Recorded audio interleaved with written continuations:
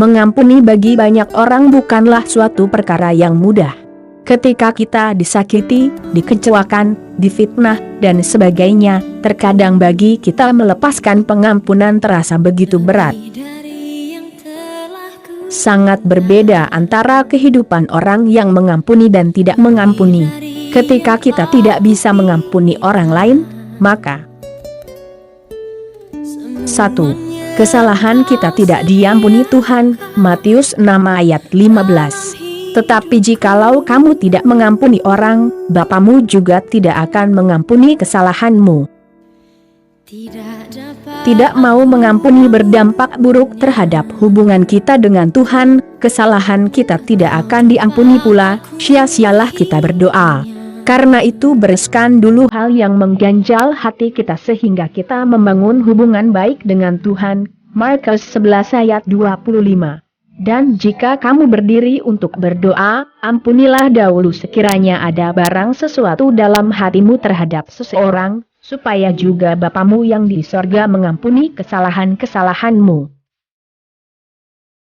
2. Akar pahit, hidup tersiksa, tidak ada damai sejahtera.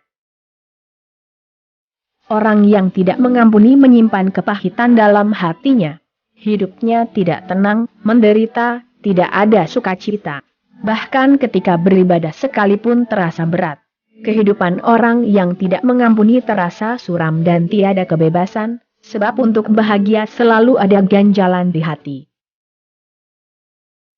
3. Kita menghakimi orang ketika kita tidak mengampuni, fokus kita tertuju pada keburukan orang dan tidak melihat kekurangan diri, cenderung menghakimi padahal tanpa dia sadari pengampunan Tuhan tertutup baginya.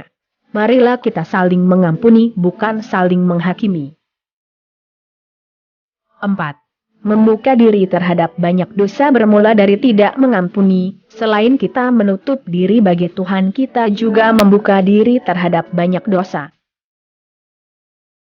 Tidak dapat mengampuni bisa menjadi dendam, akar pahit, dengki, fitnah, berusaha membalas kejahatan, dan lain-lain. Tidak ada hal positif bagi diri kita ketika kita tidak mengampuni.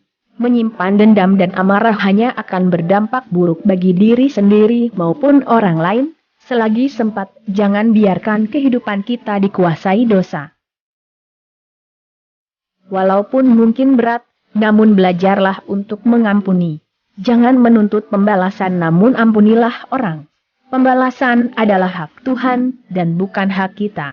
Sekalipun kita dikecewakan jangan kita menyimpan dendam, bahkan seringkali doa kita bahkan minta pembalasan, Tuhan seakan-akan disuruh membalas dendam kita sendiri.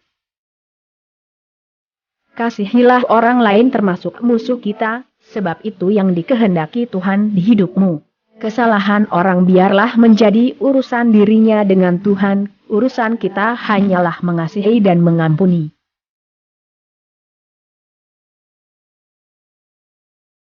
Terima kasih. Jangan lupa subscribe ya. Yesus memberkati kita.